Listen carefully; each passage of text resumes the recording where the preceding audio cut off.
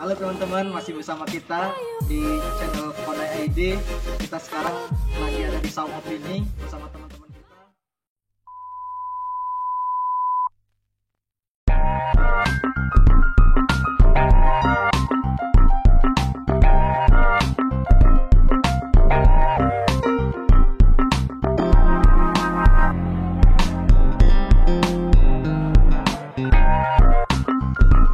Yang suka terhadap channel ini, jangan lupa like, comment, and subscribe.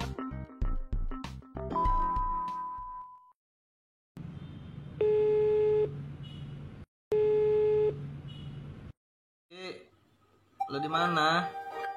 Tulisan Anda di opini itu untuk mengulik terkait corona. Kampanye ya kan? Berapa? Ya sekarang ini udah ditunggu. Bisa tukang wawancaranya yang nentuin waktu. Ini sekarang udah ditunggu, ini timnya sudah siap di bawah, udah disiapkan tempat podcastnya. Ini Pak, ini udah mau jam 2 jam ya? Ya udah mandi Tuh, cepet. mampus lo dimarahi. Lelet banget. Mampus lo dimarahi. Oke, kita tunggu ya, jam 2 sudah sampai di tempat ya, saudara-saudara. Sambil kita siapin skrip-skrip. Ya, insya Jangan insya Allah. Insya Allah iya ntar. Iya. Iya tapi enggak. Allah. Siap-siap dulu. Ya udah jam 2 sampai sini, jangan lama-lama, mau pulang kita Rang.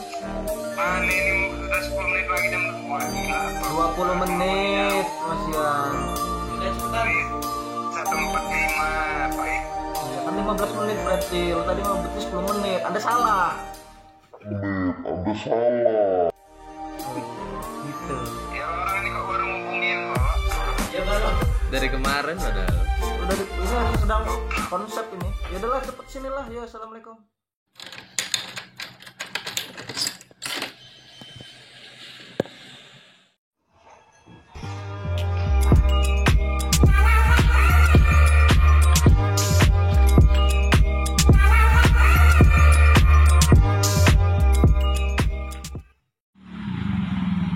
Nah ini nih biang yang ditunggu-tunggu baru datang.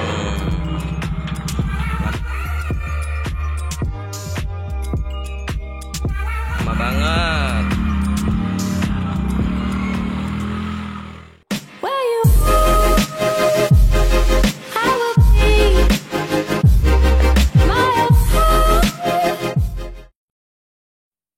Halo teman-teman, masih bersama kita di channel Konai ID. Kita sekarang lagi ada di Saung Opini bersama teman-teman kita. Ada Bung, ya kenalin siapa? Abdau. Oke. Kemudian sebelahnya ada Sofyan. Ayo selanjutnya ada Bung. Gua ada Mustafa. Ya kebetulan kita masih di kosan aja. Kosan aja ya. Oke. Ngomongin tentang yang lagi viral nih sekarang, yaitu virus corona, COVID-19.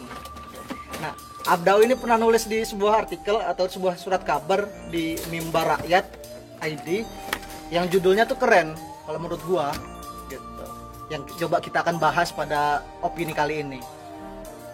Judulnya Kuatkan Iman dan Berani katakan lah kita tidak takut corona.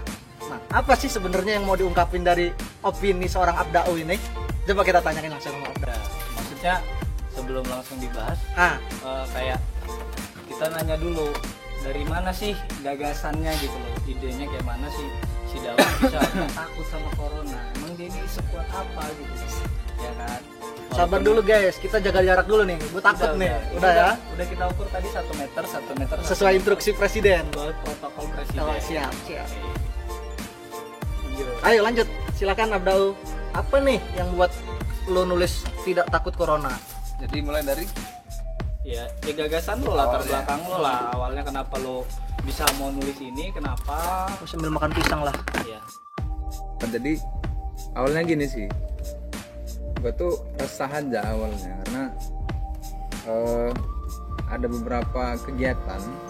Awalnya dari situ ada beberapa kegiatan yang itu batal, dan menurut gue kegiatan itu yang penting gitu loh, kayak wisuda, terus ada diskusi-diskusi publik, dan oke, setelah itu gue paham gitu, entah untuk apa ditiadakan kegiatan-kegiatan itu. Terus nah yang bikin gua mikir lagi itu gara-gara Profesor Anu ngirim satu novel yang isinya itu judulnya The Eye of the Darkness. Nah, The Eyes of the Darkness ini isinya ada tentang kejadian yang hari ini.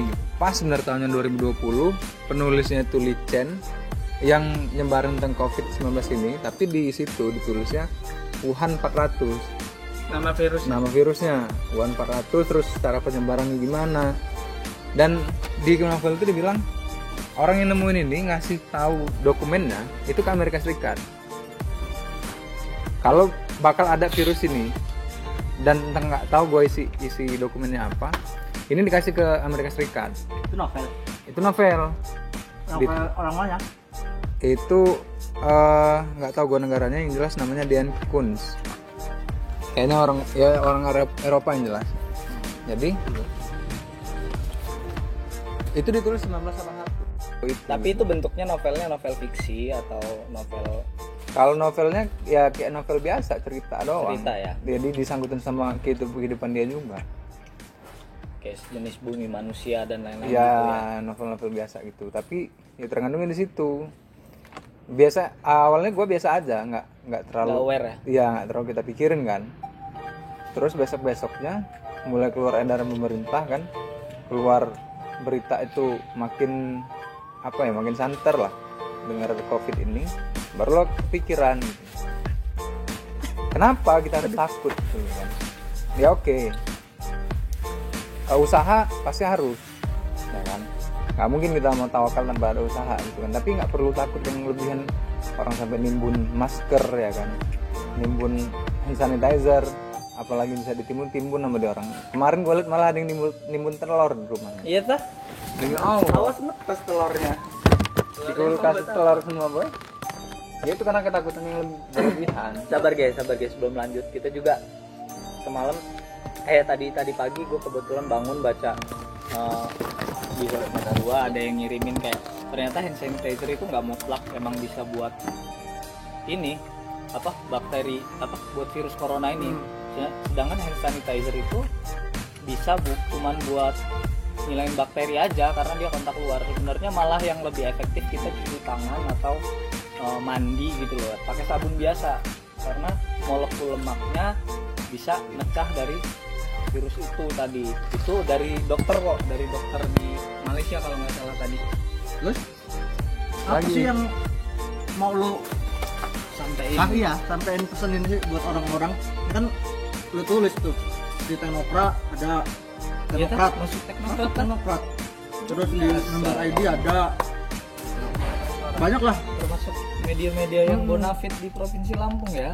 Media-media online pada ungkapin tulisan lo. Pesannya apa sih yang mau lo sampein ke masyarakat itu? Di dalam tulisan gua juga gua bilang COVID-19 ini kan termasuk materi sih. Materi kan. Dia tersusun dari materi dan yang nyiptain itu ya Tuhan gitu artinya. Ada ridho Tuhan di situ. Yang non materi. Kalau kita takut sama materi artinya takut yang berlebihan ini bisa gantiin posisi Tuhan dalam iman kita gitu. Benar. Jadi ya menurut gua jangan menggeser arti kata takwa itu sendiri ya. Terus kalau tentang kebijakannya pemerintah itu janganlah dulu di zona merah, misalnya zona merah nih ditetapin di Jakarta ataupun di Depok atau yang mana yang pertama kali kena virus corona di Indonesia, itu zona merah nggak boleh beribadah di ruang publik dulu gitu. Nah gitu lu sepakat nggak sih sebenarnya? Kalau tadi kaitin tentang ridho Tuhan. Oke, memang ada juga yang ngebantah gua lewat tulisan ini. Ya lo kalau emang nggak takut mati, masuk aja ke kandang singa atau berdiri tengah jalan. Lo mati apa enggak gitu kan? Kalau mau dibahas sama ketakutan sama Tuhan gitu kan. Cuman kan begini, setiap yang kita lakuin kan memang ada pilihan dari kita. Tapi ada ridho Tuhan di situ. Kalau emang Tuhan nggak ridho, kita nggak bakal masuk ke kandang singa itu, nggak bakal kita berdiri tengah jalan gitu kan. Karena itu nggak diridhoin. Ya. Begitu juga dengan ini, tetap harus ada usaha. Gue sepakat sih ada beberapa kebijakan yang kayak kita harus diem di rumah dulu. Oke, gue sepakat. Kita harus cuci tangan, kita harus pakai masker, gue sepakat. Tapi kalau yang berlebihan setiap hari media-media ngasih ketakutan itu gua nggak sepakat gitu. Jangan dikasih tahu korbannya sekian untuk nakut-nakutin orang, sehingga orang yang punya banyak duit, orang yang punya banyak kemampuan buat egois ini buka peluangnya lebih besar gitu kan. Nah kan fungsi media untuk mengabarkan berapa jumlah korban, kemudian tapi kayak, daerah mana. Kayak itu kan media kan ngasih tahu nih, oh ini selama ini kita Itali nih kan, kondisinya Indonesia menurut gue sama kayak Itali. Awalnya Itali kayak yang gue denger ya dari media juga, dia orang mengabaikan biasa aja, nggak soal ya nggak takut gitu. Tiba-tiba ratusan ribu terjangkit gitu. Kondisinya sama kayak negeri kita. Nah ada yang beda satu. Apa itu? Kalau Itali emang dia orang nggak takut, tapi juga usahanya kurang gitu. Dia orang nggak mindahin gitu kan. Maksud gue intinya jangan panik gitu loh dengan adanya ini. Nih ada yang komen di blog kayak ini, yang di mimbar masyarakat ID ini punya lo ini. Karim Hasan Langkoeba. Iya, Langkoe. Dia komen di tempat lo ini, dia komen pemerintah tidak perlu ikut-ikutan menakutkan masyarakat hingga meliburkan sekolah dan kantor pemerintahan. Gimana tanggapan lo? Ini kan komen di tempat lo nih. Dia komen kayak gini, tapi belum lo tanggepin. Tanggapan lo gimana? Pemerintah nggak perlu ikut-ikutan nih untuk menakut-nakuti. Dia bahasanya menakutkan masyarakat hingga meliburkan sekolah maupun kantor pemerintahan. Oke, mungkin ada yang perlu gua disclaimer dulu di awal. Memang ada beberapa kalimat yang gue bilang di situ gua emosi gitu. Gue emosi karena beberapa kegiatan yang mendadak diliburin gitu kan. Iya. Dan gue belum terlalu paham gitu karena gue bukan orang medis kan, gue belum paham karena dengan 14 hari ini bisa motong penyebaran COVID ini dengan gede gitu kan dampaknya gitu. Tapi kalau untuk komen dia tadi, kalau memang dia nggak sepakat dengan pemerintah, jangan juga kita nggak sepakat sih, karena memang kita ngeliat dampak yang di negara lain itu gede kalau nggak dibatasin dari sekarang gitu kan. Ya nggak masalah sih kalau libur, kalau menurut gua kalau itu jadi salah satu usaha untuk motong penyebaran COVID. Kalau menurut gua sob, mana nih? Tidak takut corona.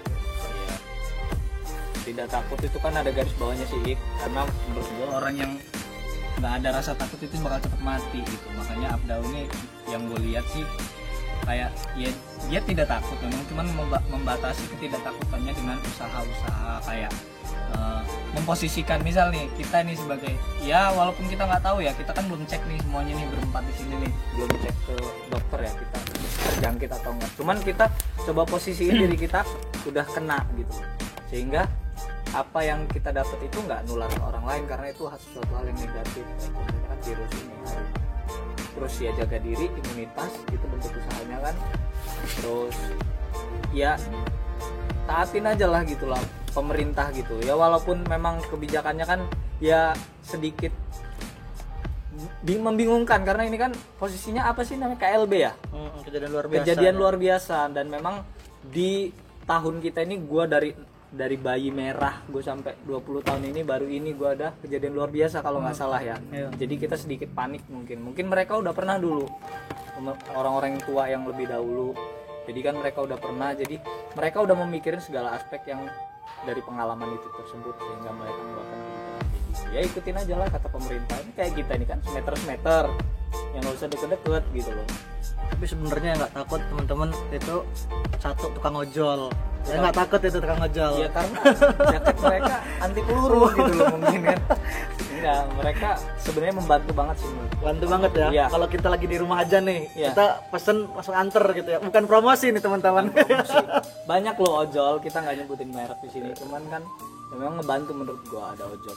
Kalau menurut lu Mus, terkait corona ini siapa sih sebenarnya yang diuntungkan dan dirugikan kalau dilihat dari seorang mahasiswa? Lo kan selama ini ngebahas nih konspirasi nih, kita lihat dari sisi konspirasinya, menurut gua lo yang paling paham. Ya kalau menurut gua ya, kalau untuk siapa yang diuntungkan siapa yang dirugikan kita belum tahu gitu. Kalau gua mandangnya 6 bulan ke depan.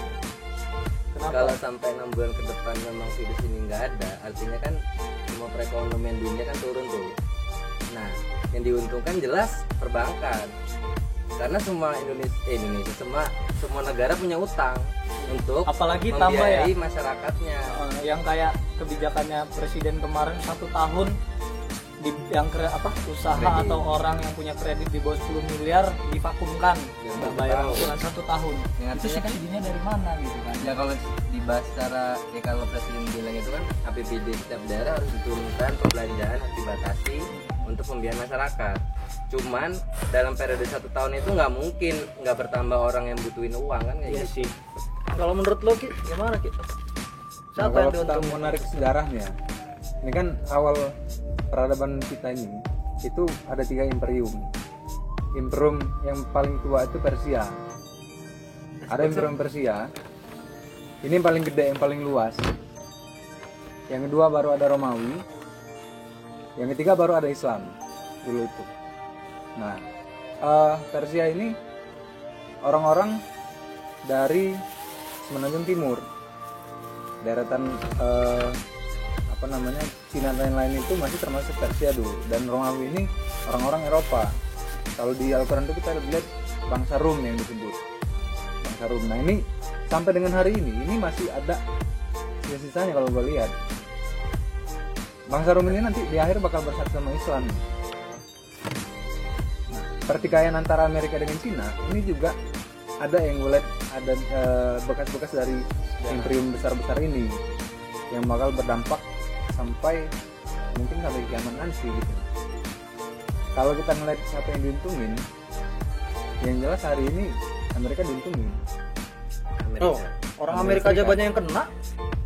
Walaupun dia banyak yang kena, tapi lebih banyak yang mati itu udah orang-orang Cina. Nah, kalau lo Sob kayak mana Sob? Siapa sih yang diuntungin Sob menurut lo? Ya rugi semua lah sebenarnya.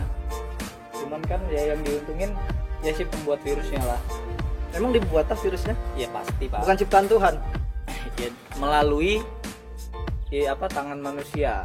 Ya sebenarnya awalnya nggak bahaya ini gitu. Dia Izin cuma Tuhan dikasih. melalui tangan manusia terciptalah virus plus antivirus harusnya kan.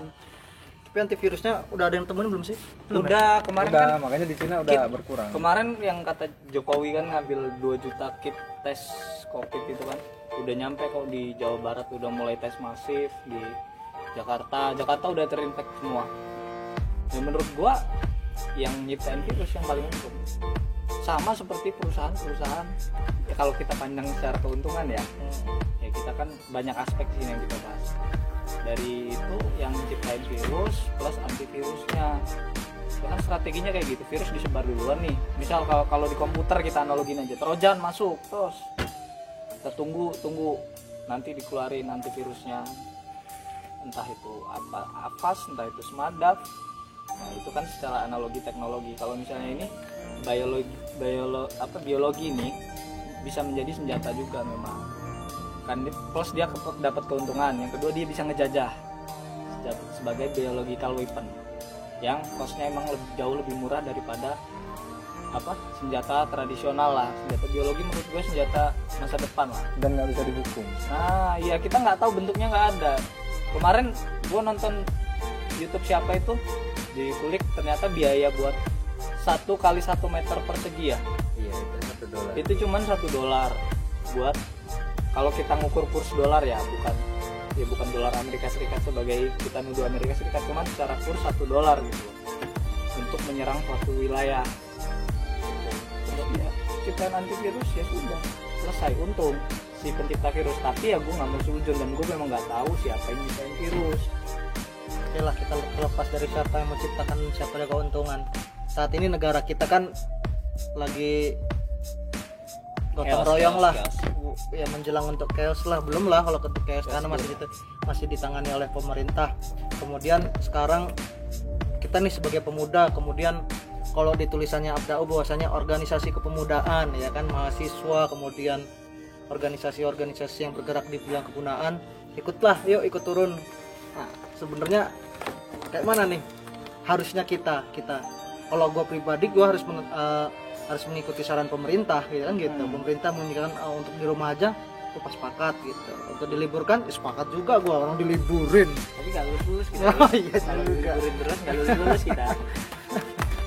Oke teman-teman, mungkin cukup sekian dulu dari kita. Ini hanya opini, kalian yang menentukan kesimpulannya. Terima kasih. Dadah.